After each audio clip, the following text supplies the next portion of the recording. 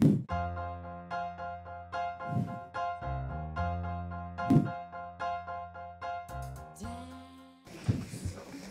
maltraitances ordinaires intrapsychiques. Les maltraitances ont largement été illustrées par les cliniciens du RPH tout au long de cette journée. Mais, saviez-vous qu'avant de parler de maltraitance ordinaire, il était question de violence ordinaire? La notion de violence ordinaire concerne les violences qui ont longtemps été considérées comme normales, soit acceptables dans le quotidien envers des personnes supposées ou réputées vulnérables. La violence ou la maltraitance, qu'elle soit ordinaire ou extraordinaire, fait souvent la une des journaux.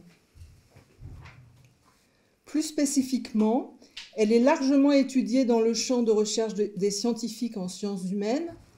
Les sociologues et les psychologues se sont intéressés à la banalisation de la violence dans la sphère privée ou institutionnelle.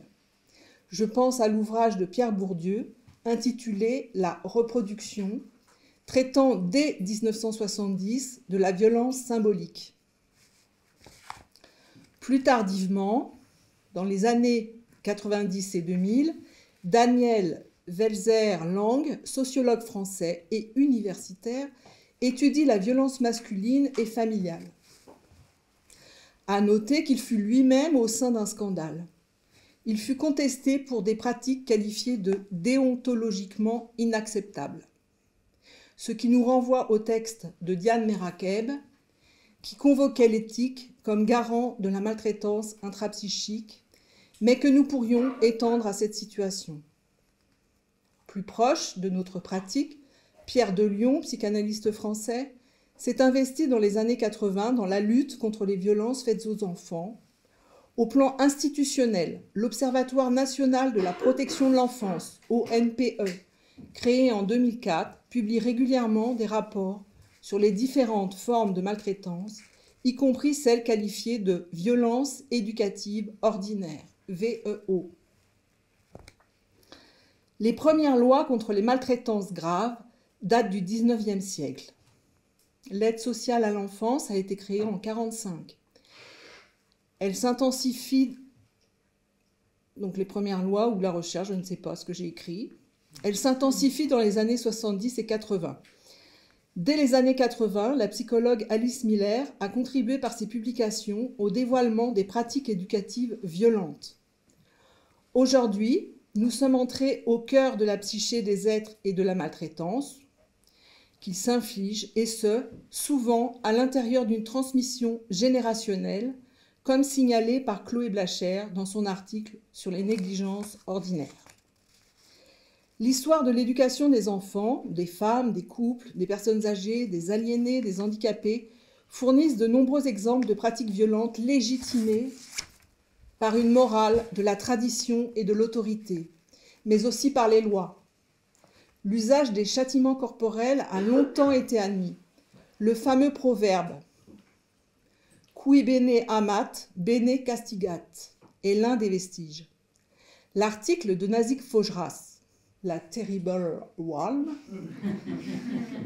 appuyant son argumentaire sur la crise des Terrible Two, nous met du côté des rieurs face au ridicule des discours pseudo-scientifiques qui règlent l'éducation des enfants sur autant de crises développementales.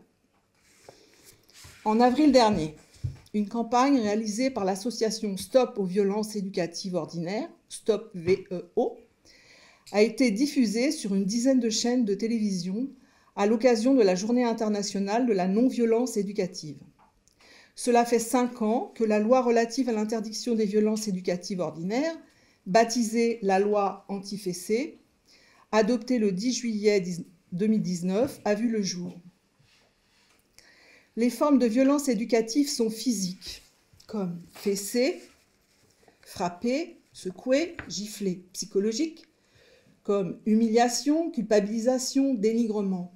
Et enfin, les négligences, privation de nourriture, de soins, d'hygiène, de sommeil, d'affection, etc. D'après une étude réalisée par la Fondation pour l'enfance, 80% des Français ont subi des violences en étant enfants. Et 79% des parents admettent utiliser encore aujourd'hui ces mêmes violences éducatives. Il est constaté que plus les adultes ont été victimes de violences enfants, plus ils auront tendance à reproduire les violences. Au fil du temps, venant plus spécifiquement exprimer de quoi il retournait dans ces violences ordinaires, l'expression « maltraitance ordinaire » s'est imposée. La maltraitance ordinaire n'est pas un concept psychanalytique comme rappelé par Warda Ferliko, mais un phénomène dont les pouvoirs publics français ont progressivement pris conscience durant le XIXe siècle, d'où l'historique qui précède. La maltraitance ordinaire traverse tous les champs et concerne tous les âges. Elle peut être familiale, institutionnelle, comme celle repérée dans les EHPAD ou dans la prise en charge des handicapés, ou encore scolaire, sans oublier celle subie lors des prises en charge hospitalières. En 1987, à la suite de la publication du rapport « Violence contre les personnes âgées au sein de la famille », le Conseil de l'Europe définit la maltraitance comme une violence se caractérisant par tout acte ou omission commis par une personne s'il porte atteinte à la vie, à l'intégrité corporelle ou psychique, ou à la liberté d'une autre personne, ou compromet gravement le développement de sa personnalité et ou nuit à sa sécurité financière.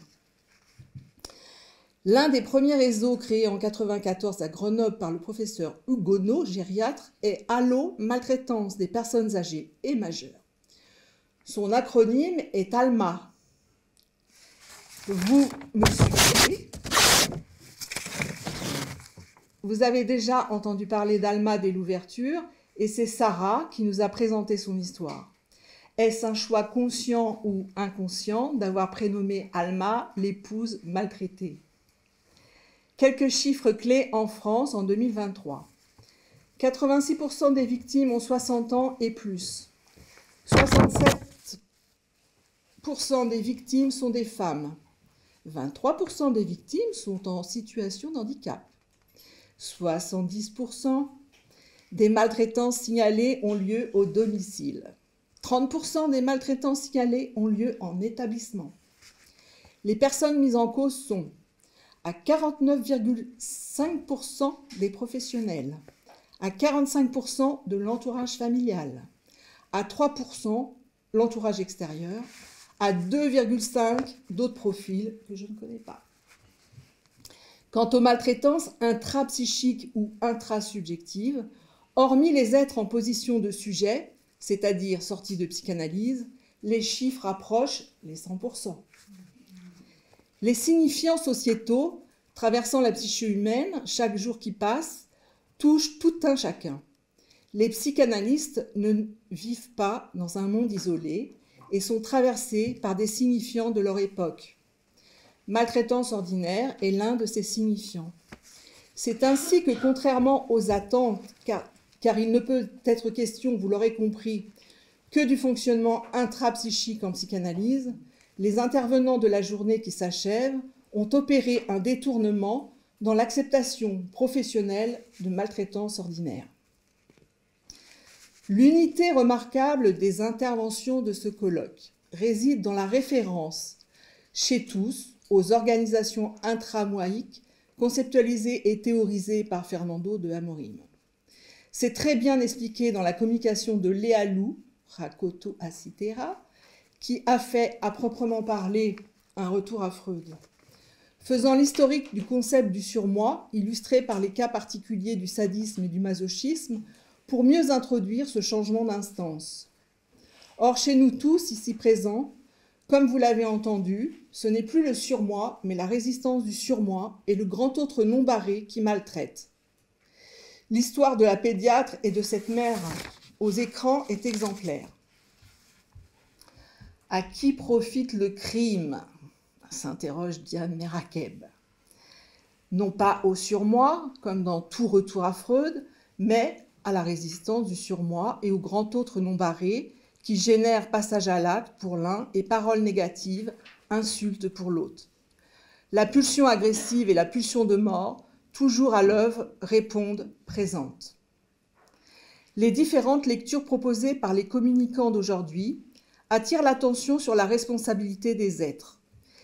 Il a été brillamment illustré combien la psychanalyse est une méthode précieuse pour dénouer les nœuds quasi-gordiens de la maltraitance.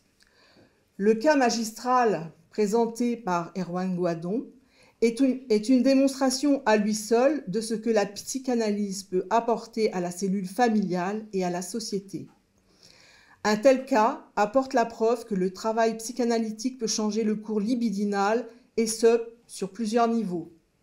La relation mère-enfant, la construction psychique de l'enfant et son développement, le fonctionnement psychique de la mère. La merveille dans la psychanalyse, c'est qu'elle fournit les outils pour penser la maltraitance externe et interne, ainsi que les outils pour agir sur la maltraitance des organisations intramoïques, d'une part, mais aussi directement sur les maltraitances subies par les enfants ou tout autre être. Soyons tous conscients du bienfait de la lecture de la communication de Julien Faugeras. Et donnons-nous la peine, pourquoi pas, de lire son ouvrage. Afin d'avoir les moyens de convaincre les autorités sanitaires et sociales, car ce soir, nous le savons, il faut désormais entendre autrement la maltraitance ordinaire. Comme l'a si bien dit Diane, la psychanalyse est un espace où l'être construit son éthique en allant puiser du côté du grand autre barré. Il choisit à un moment de ne plus se faire complice de la maltraitance du moi. Pour cela, il construit une éthique. Et comme Freud l'a indiqué, soutenir cette dernière demandera un effort toujours renouvelé. Merci.